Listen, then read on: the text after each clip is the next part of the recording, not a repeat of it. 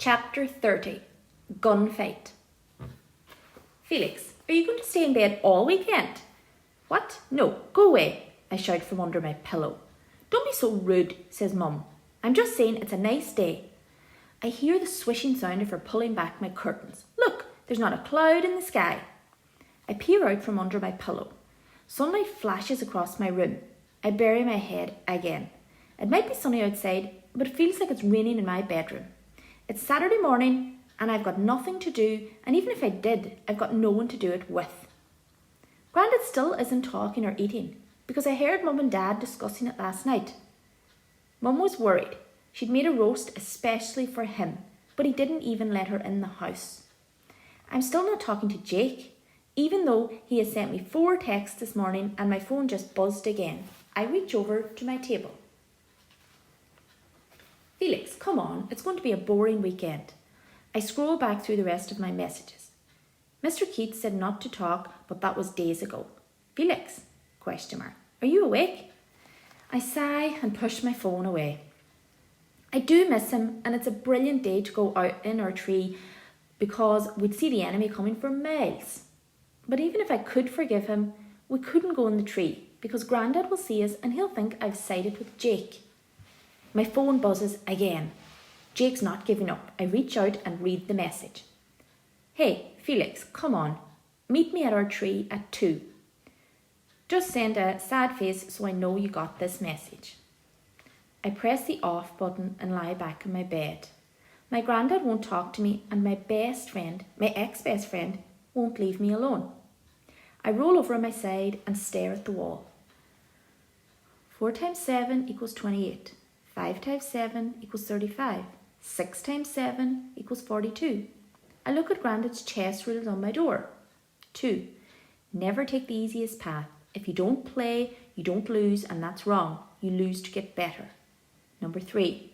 Do not trust the clocks. There may be a power cut and they stop, or they will slow because of flat batteries, or your opponent may be a cheat. The best clock is the one in your head.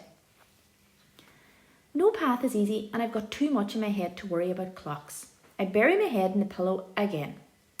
The house is empty when I eventually go downstairs. Mum has left a note for me on the table.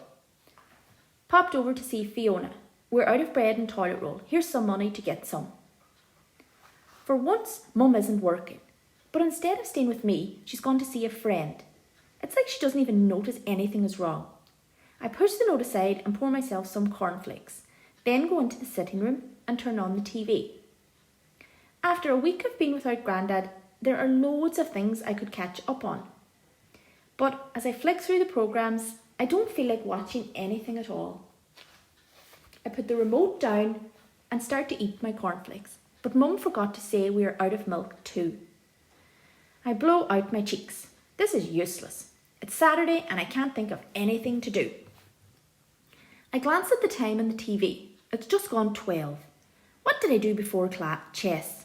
What did I do when I wasn't meeting Jake? I take my bowl into the kitchen and go back up to my room. I pick up my PS4 controller and start playing Catch Me If You Can. Bobby Billings is on the run from the bad guys. I guide him over a rope bridge that hangs across the ravine. Crocodiles are gnashing their teeth in the water, waiting for him to fall. I press X and Bobby jumps to safety on the other side. My phone buzzes on my desk. It'll probably only be Jake again, but it might be Mum or Dad telling me what time they will be home. I crawl across to my desk. Felix, I know you're there. I can see your TV flashing. I sigh, then type. You're a weirdo. Are you always watching me? Only when I'm bored. Idiot. You are. Ugh. What? You just made me get shot. Haha. So will you meet me at the tree? Better to fight our enemy than help Bobby Billings run from the baddies. Thinking about it. Cool. I said I was thinking about it. See you in an hour. I put my phone down. Maybe it will be okay if I meet him. Perhaps he wants to apologise. But if Grandad peers out between the curtains and sees us, he'll think me a traitor for talking to the enemy, and that will make things even worse. I pick up the controller and lead Bobby Billings to a horse that will take him across the border into Mexico. The land is flat and bare like the desert, but but there are bound to be people hiding behind the rocks in the distance. I search for places to hide, to keep Bobby safe, but I can't stop thinking about what Jake said. He's right, it is more fun fighting the enemy from our tree. I put the controller down and change out of my pyjamas into my clothes. The time on my phone says 13:50. I check out of the window to see if Jake's already there, but our tree is empty and the only person outside is Mrs. Parfitt walking her dog around the square. Maybe he's changed his mind. I walk downstairs and put my trainers on in the hall. What if Jake's at his window waiting for me to go out? Then he'll start laughing because I made the first move and he didn't really want to be friends at all. I sit on the bottom stair. The clock on my phone says 13:55. It doesn't normally take me 5 minutes to tie my trainers, but I'm not normally scared to go out and meet Jake. Up to now, we've gone everywhere together, but now I don't even know if he'll come to the tree. 13:56. If I was Bobby Billings, I wouldn't go out yet. He would never reveal his position. But then he'd probably have arrived an hour early and set it up an ambush. What if Jake does that? He's probably out there now, hiding behind the cars with his hands loaded with eggs to throw at me. 13:57. I walk into the kitchen and open the fridge. We've got no eggs, but in the bottom drawer I find 4 tomatoes. 13:58. I'm back on the stair. It's still too early. Jake will be out there with his binoculars trained on my door. It only takes 30 seconds to run to the tree. I'll wait a little longer. I need to play it cool. I don't want him to think I'm desperate to be friends again. 13:59. I open the door slowly and peer out. The sun shines across the grass. I shoot a look up at Jake's window to see if the sun is reflecting off his lenses. Nothing. He's too clever for that. I creep out onto the path and crouch down. I can't see Jake's trainers behind any of the cars, but he could be clinging to the side of one like Spider-Man. I inch on, checking behind the wheelie bins. No ambush. No sign of Jake. My phone vibrates in my pocket. I reach in slowly all the time, keeping lookout. Felix, you look like such an idiot. Where are you? The other side of the tree. I can't see you. I'll kill you if this is a trick. I'm not. I'm hiding from the enemy. Ha, keep going. I slide my phone back into my pocket, then take a tomato out of the bag. He's bound to be here somewhere. I walk between the parked cars and cross the road onto the square. Jake's dad is working on his car, but I can't see Jake. I walk towards the tree, expecting him to leap out any minute and pelt me with what? I stop dead in my tracks. Ahead of me, Grandad is standing by his gate with a plate in his hand. My heart beats like a drum. He takes 2 steps across the pavement and stops at the curb. I look around to see if he's come out to feed Samson or check on the gnomes, but he doesn't even look at the lawn and I can't see Samson anywhere.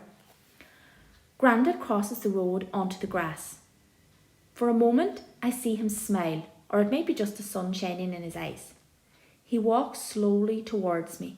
I take a step forward, then another, pausing in between like I'm a pawn on a chessboard. Grandad is moving like a grand master and is now halfway to the tree. Did he see me come out of the house and decide it's time to talk?